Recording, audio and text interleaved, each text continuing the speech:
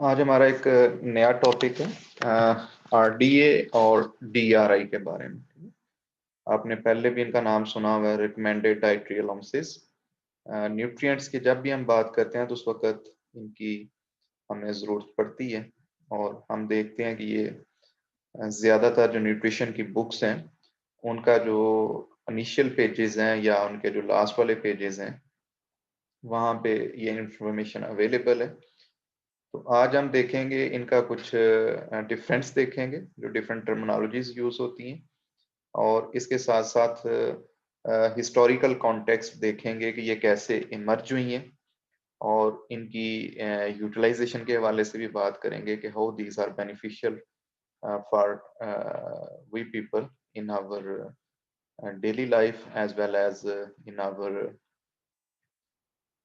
Profession. So let's start from the uh, class agreements.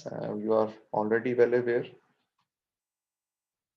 So what is the study objective? After this, the students will be able to understand historical context in the development of daily values. And what are the daily values? All these given below are the daily values. Either these are adequate intake, recommended dietary allowances, estimated average requirements, estimated energy requirements, tolerable upper limits, acceptable macronutrient distribution ranges, and percent daily values. And we will see the historical context as well as differences between them, and finally their utilization in our daily lives. So let's start from the definitions. First one is estimated average requirement. This is basically the average daily amount of nutrient that will maintain a specific biochemical or physiological function in almost half of the healthy people of a given age and gender group. तो पहले ये जितनी भी एक चीज clear रखें, ये जितनी भी वैल्यूज है ना, ये जेंडर स्पेसिफिक भी हैं और एज स्पेसिफिक भी हैं। तो एस्टिमेटेड एवरेज रिक्वायरमेंट में किसी भी न्यूट्रिएंट की वो मिकदार जो 50% हेल्दी इंडिविजुअल्स के जो फिजियोलॉजिकल फंक्शंस हो रहे हैं, यानी वो न्यूट्रिएंट जो उनके बॉडी के अंदर उसकी कंपोजिशन या उसकी फिजियोलॉजी को मैनेज कर रहा है, तो अगर 50% पॉपुलेशन में वो डोजेज, उस अमाउंट न्यूट्रिएंट की अमाउंट जो है, अगर वो फंक्शन परफॉर्म करने में कामयाब हो जाती है, तो इसको हम एस्टिमेटेड एवरेज रिक्वायरमेंट कहते हैं। तो आगे हम देखेंगे फिर इनमें पॉपुलेशन जो है ना, उसके ऊपर कितने परसेंट लोगों के अंदर जो है ना ये इफेक्टिव है, वो लेवल चेंज होता जाएगा। तो let's in case of recommended dietary allowances, this is basically the average daily amount of a nutrient which is considered adequate to meet the known nutrient needs of a practically all healthy people. Actually अगर हम देखें तो इसमें हमें range मिलती है 97 to 98% people, which is almost equal to all healthy people, a goal for dietary intake by the individuals.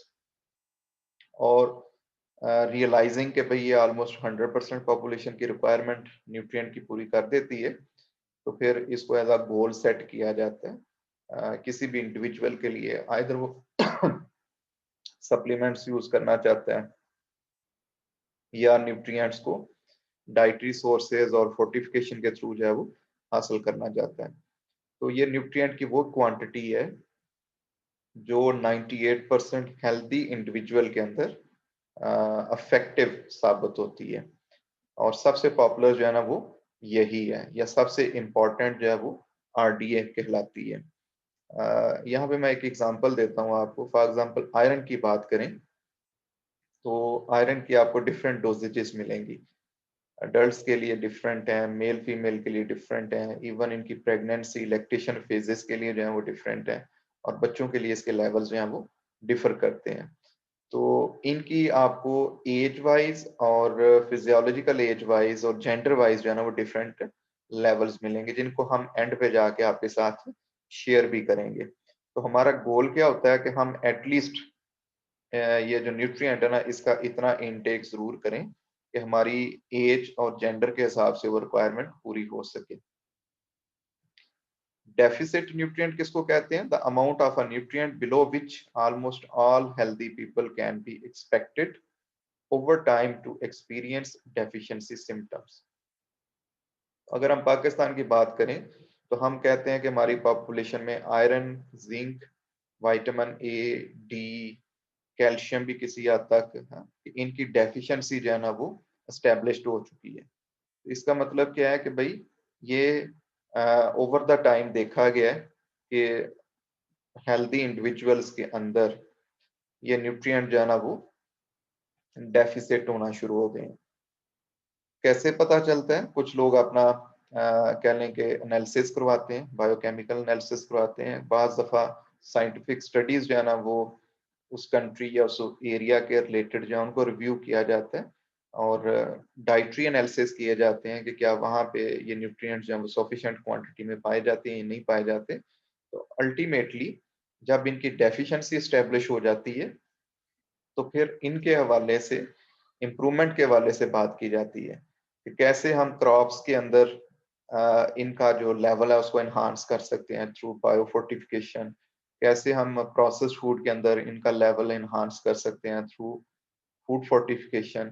और अगर लेवल जो है वो ज्यादा कह लें कि लोअर साइड पे एग्जिस्ट करे तो फिर उसके लिए सप्लीमेंटेशन की अप्रोच जो है वो यूज की जाती है। पाकिस्तान में बेनजीर इनकम सपोर्ट प्रोग्राम था, उसके अंदर लेडी हेल्थ वर्कर्स का एक इनिशिएटिव चल रहा था जो कि अब एहसास प्रोग्राम के अंदर फॉल करता है। तो लेडी हेल्थ वर्कर्स 1 लाख से ज्यादा पाकिस्तान में एग्जिस्ट करती हैं और इन ये काम बेसिकली क्या करती हैं कि ये इसी तरह के जो इंटरवेंशंस हम लॉन्च करना चाहते हैं कि माओं को फोलिक एसिड और आयरन की सप्लीमेंटेशन करना चाहते हैं तो ये उनको अपने एरिया में जो इनकी कॉन्स्टिट्यूएंसी होती है वहाँ पे ये इंडिविजुअल्स को ये न्यूट्रिएंट्स सप्लाई करती हैं। एडिक्वेट इनटेक, और अभी मैंने आपसे आरडीए की बात की थी। तो आरडीए जो है वो तकरीबन 98% पॉपुलेशन के अंदर उसकी अफेक्टिवनेस जो है वो स्टेब्लिश हो चुकी होती है।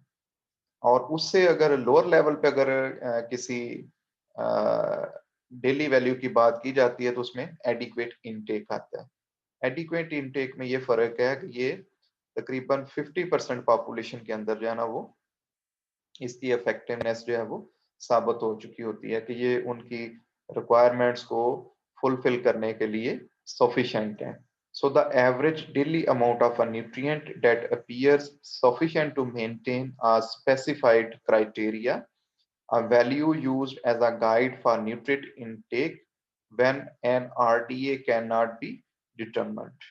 और with the passage of time जब evidence based studies जो हैं वो ज्यादा से ज्यादा जमा हो जाती हैं तो एक फेज आती है कि जिसमें AI जो है वो RDA में कन्वर्ट हो जाती है।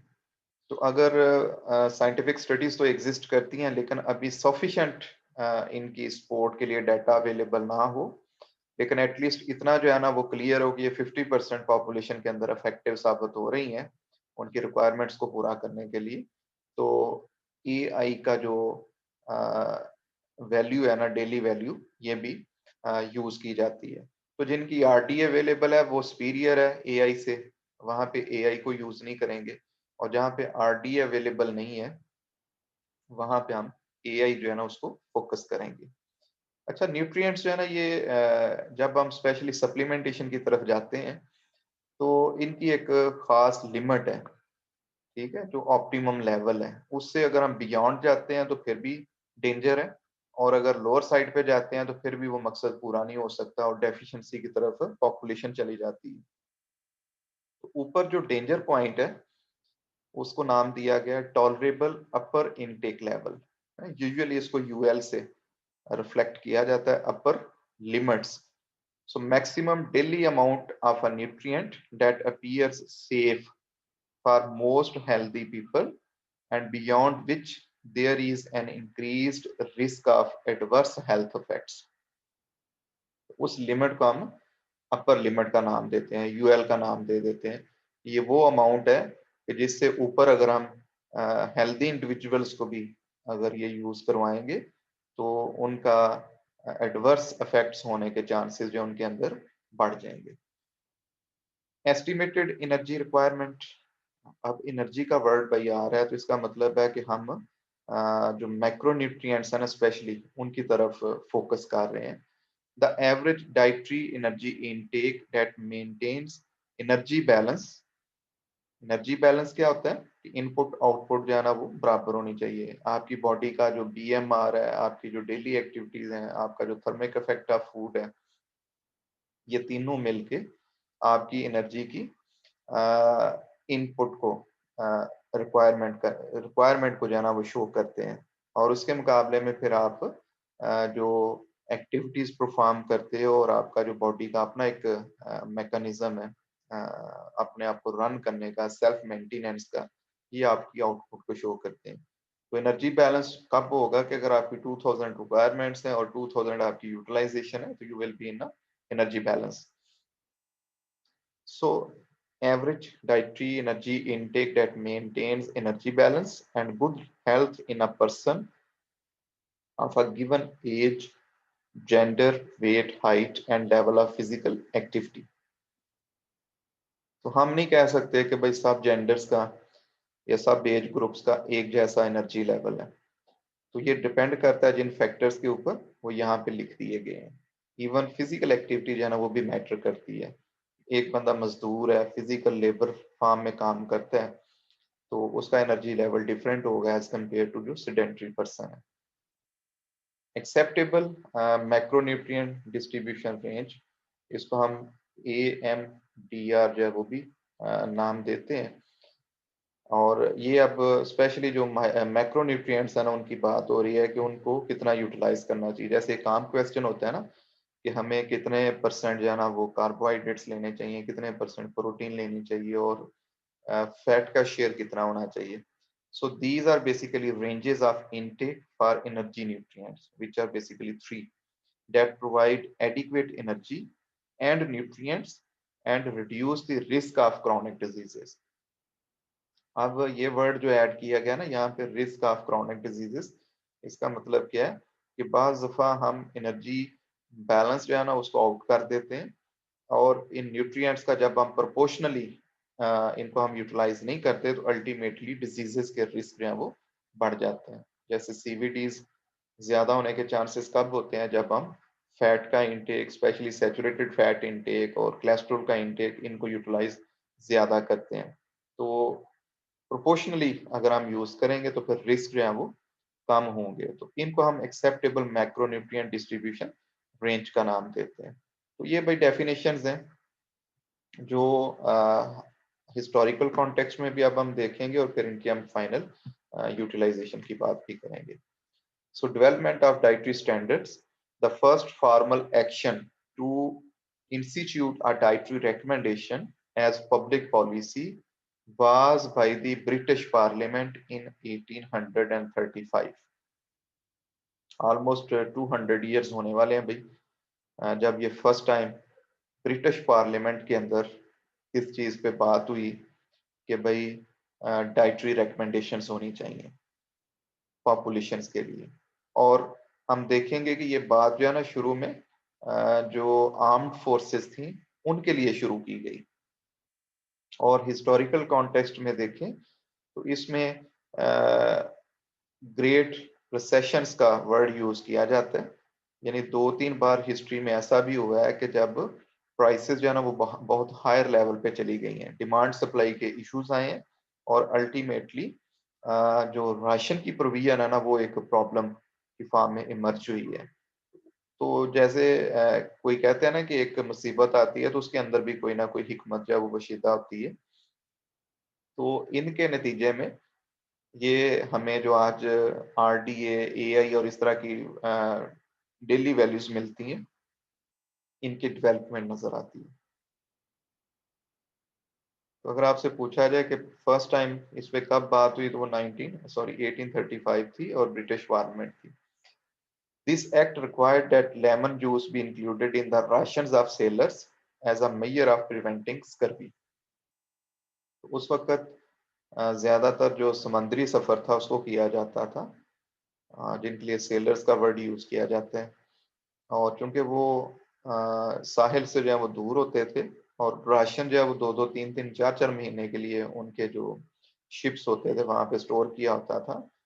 सो अल्टीमेटली उन्होंने वही कंज्यूम करना था जो उनके राशन में चीजें शामिल होती थी। तो जब स्कर्वी जो है वो ज्यादा फार्म में इमर्ज होना शुरू हो गई, तो उस वक्त ये सजेस्ट किया गया पार्लियामेंट के अंदर कि सेलर जो है ना उनकी डाइट के अंदर, उनके राशन के अंदर लेमन जूस को भी शामिल कर दिया जाए ताकि स्कर्वी का प्रॉब्लम इसको प्रिवेंट किया जा सके। However, the first true dietary standard, which was also proposed by the United Kingdom during an economic depression, the government asked scientists for information as to how much food would be needed per person to prevent starvation. तो ये एक ऐसी situation आ चुकी थी कि जिसमें लोगों की परचेजिंग पावर, स्पेशली जो पुअर सेगमेंट था, वो इतनी ज्यादा डिस्टर्ब हो चुकी थी कि गवर्नमेंट को जो है ना फिर वो कुछ इनिशिएटिव्स लेने पड़े और गवर्नमेंट को राशन जो है ना उसको डिस्ट्रीब्यूट करना था। अब राशन की डिस्ट्रीब्यूशन के लिए ये देखना था कि वो इंडिविजुअल की डाइटरी नीड्स को पूरा भी कर सकता है या नहीं कर सकता। जब आपके पास सरप्लस हो तो फिर तो कोई मसला नहीं है, आप चीजें सरप्लस क्वांटिटी में दे सकते हैं। लेकिन अगर कोई चीज डेफिसिट गवर्नमेंट के पास भी कम क्वांटिटी में एग्जिस्ट कर रही हो, तो फिर इस तरह की चीजें जो है ना वो मैटर करती हैं। ये बड़ा नाप तोल के चलना पड़ेगा। तो उस वक्त गवर्नमेंट ने साइंटिस्ट को ये टास्क दी कि आप हमें एस्टिमेट करके बताएं कि एक इंडिविजुअल को हम कितना राशन दें कि वो जिंदा भी रह सके, यानी वो स्टारवेशन वाली कहत वाली शक्ल पे ना जाए और उससे ज्यादा भी ना हो, ताकि जो एक्स्ट्रा राशन है वो बाकी लोगों को भी डिस्ट्रीब्यूट किया जा सके। अब इसके रिस्पॉन्स में डिफरेंट साइंटिस्ट जो है ना उनका हमें जिक्र मिलता है, जिनमें एडवर्ड स्मिथ का नाम जो है वो सरफहरिस्त है।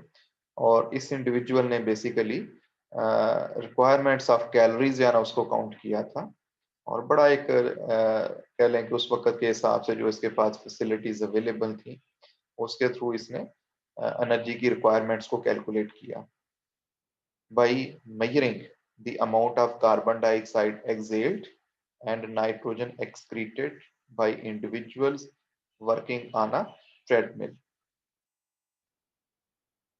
तो इसने एक्सपेरिमेंटेशन अपनी कंटिन्यू रखी और अल्टीमेटली इसने बेसिकली दो ही तरीके हैं ना भाई एनर्जी के लॉसेस के हैं। एक तो जो एक्सक्रीटा की फॉर्म में, नाइट्रोजन की फॉर्म में ये बॉडी से एक्सक्रीट होती है, और दूसरा जो हम रेस्पिरेशन कर रहे हैं इसके थ्रू भी इसके लॉसेस हैं। So he concluded that 80 gram of protein and 2800 kilocalories of energy per day from food sources would be sufficient for a working man.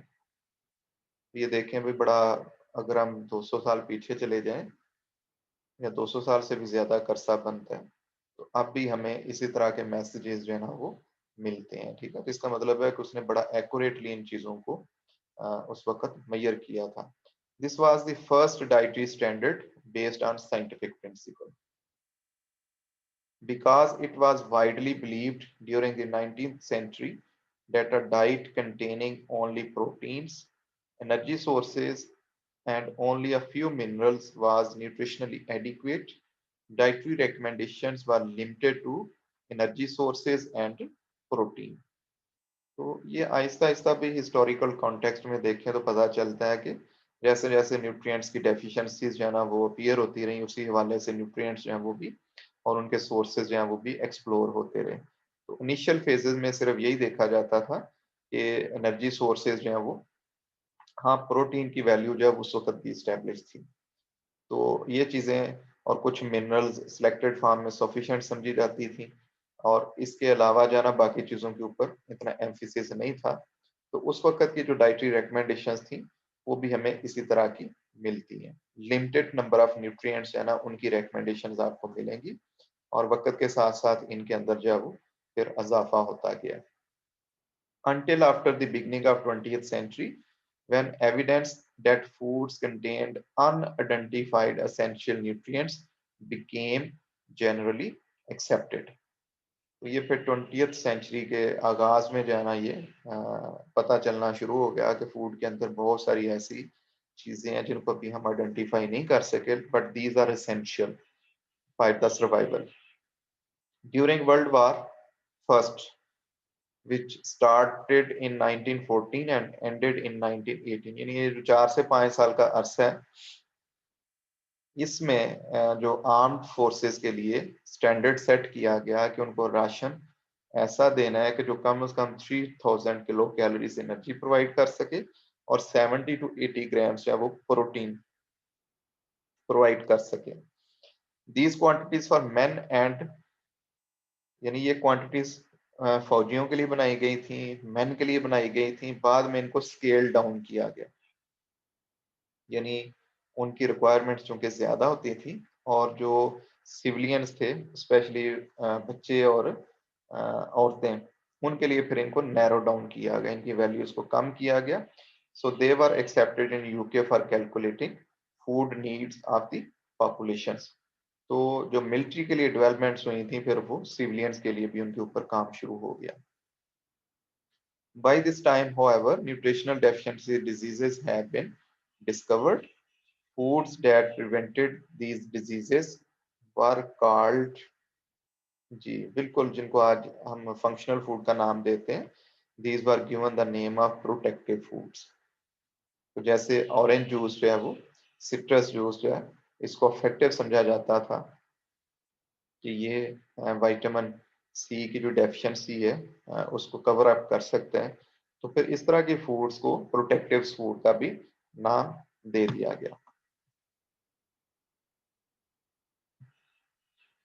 British authorities recommended that a considerable portion of milk be included in the diets of children and certain proportion of fresh fruits and leafy green vegetables be included, ताकि उनके अंदर calcium की कमी ना हो सके और उनके अंदर विटामिन सी की कमी ना हो सके.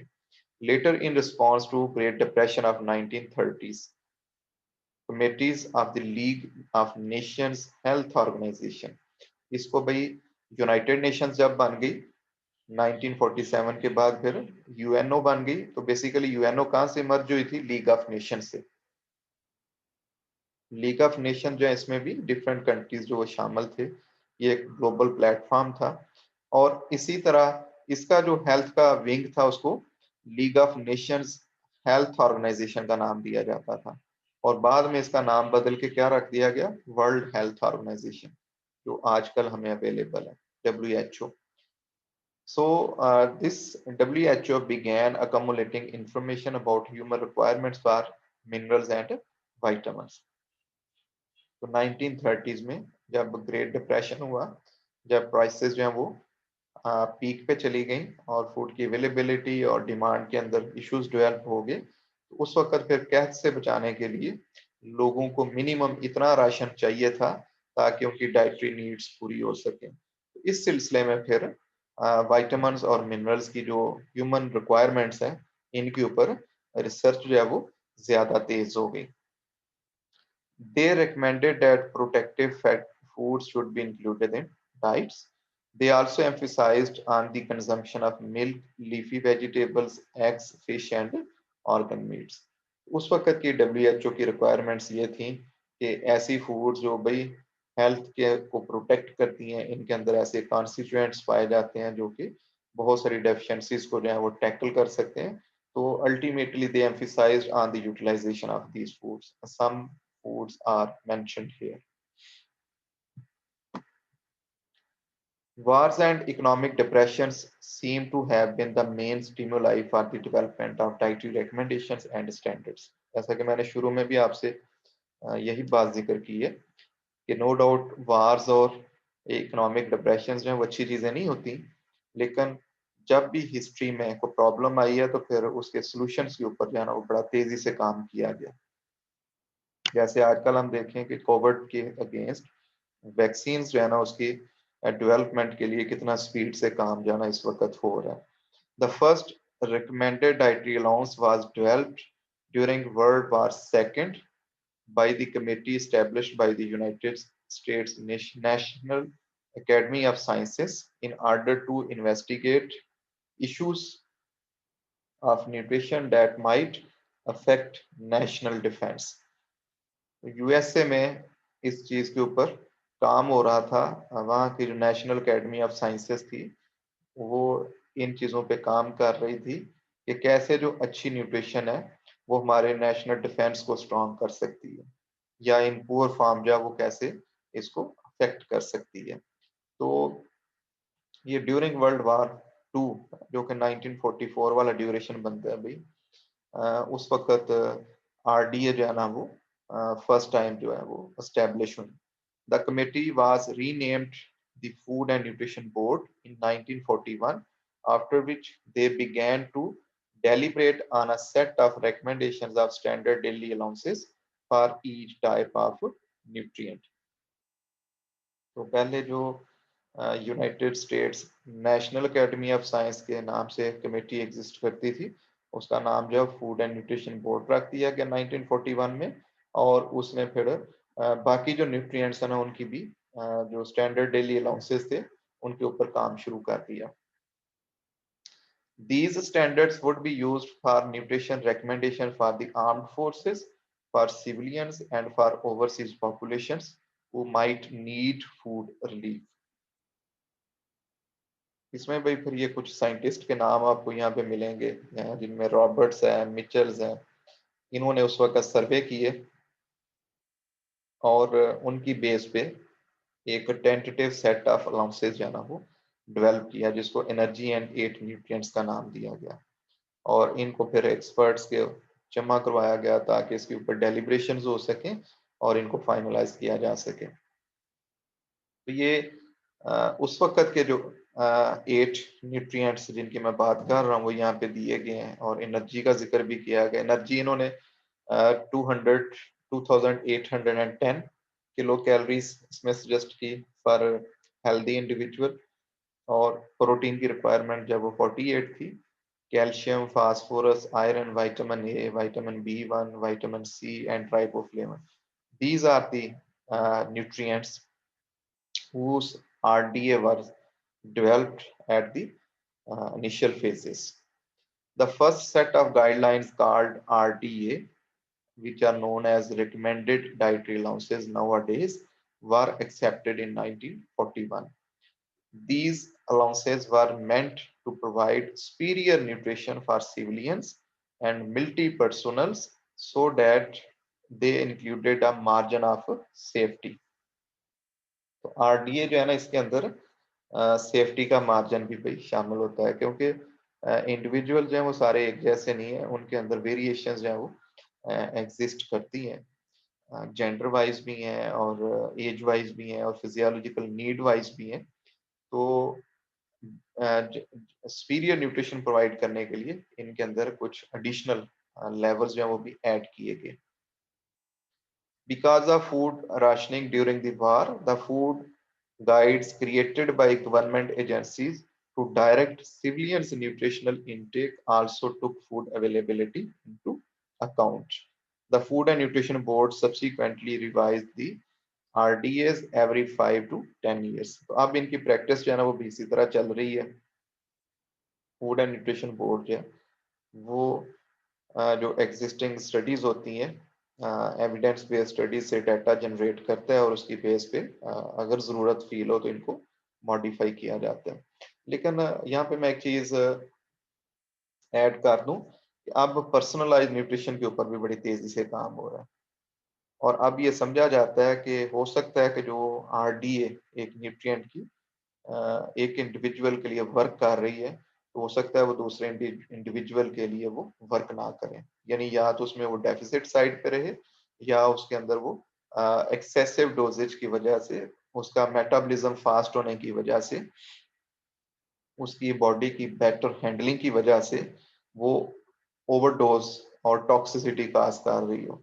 इसलिए अब जो है ना वो पर्सनलाइज न्यूट्रिशन के ऊपर भी बहुत तेजी से काम हो रहा है कि इंडिविजुअल्स की नीड्स को जहन में रखते हुए जो रिकमेंडेशंस जो है ना उनको टेलर किया जाए, रादर दैन के ये जो RDA जो कि पॉपुलेशन बेस्ड है, इनकी जगह पे इंडिविजुअल बेस्ड जो है ना वो न्यूट्रिएंट रिकमेंडेशंस आनी चाहिए. In the early 1950, United States Department of Agriculture, their nutritionists made a new set of guidelines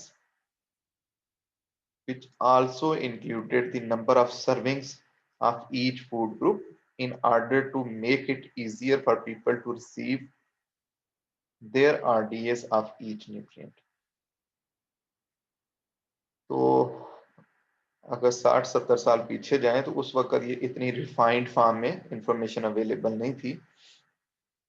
ये तो स्टैब्लिश हो गया था कि कुछ न्यूट्रिएंट्स की रिक्वायरमेंट्स कितनी है ऑन डेली बेसिस, लेकिन वो न्यूट्रिएंट्स हमें कितनी फूड खाने से मिलेंगे, इसके लिए फिर United states department of agriculture ने 1950s में सर्विंग साइज को इंट्रोड्यूस करवाया और नंबर ऑफ सर्विंग्स की बात की गई कि फलां फूड यानी इसकी इतनी सर्विंग्स अगर आप लेते हैं तो आपकी जो उसके अंदर न्यूट्रिएंट्स फलां न्यूट्रिएंट्स अवेलेबल है उनकी रिक्वायरमेंट पूरी हो जाएगी. DRI was introduced in 1970 in order to broaden the existing system of RDAs. तो जैसा कि हम शुरू में भी बात कर रहे थे कि रिकमेंडेड इनटेक जो है ये उन न्यूट्रिएंट्स का जिनकी अभी RDAs अवेलेबल नहीं है वहां पे ये बिल्कुल फिट काम करता है और ये तकरीबन 50% पॉपुलेशन के अंदर इनकी इफेक्टिवनेस जो है वो स्टैब्लिश हो चुकी होती है. तो ये कंसेप्ट जो है ना ये फिर 1997 में इंट्रोड्यूस करवाया गया ताकि जिनकी RDAs अवेलेबल नहीं है उन न्यूट्रिएंट्स को इनके हिसाब से यूटिलाइज किया जा सके. First ever DRIs were published over the period of 1998 to 2001. In 2011, these were revised and published with the difference of calcium and vitamin D only. यानी दो न्यूट्रिएंट्स की जो है ना वो कैल्शियम और विटामिन डी की वैल्यूज को रिवाइज किया गया, बाकी इसके अंदर कोई डिफरेंस नहीं है. ये बिल्कुल वही है जो कि 1997 में इंट्रोड्यूस करवाई गई थी और 1998 से लेकर 2001 के दरमियान इनको पब्लिश किया गया.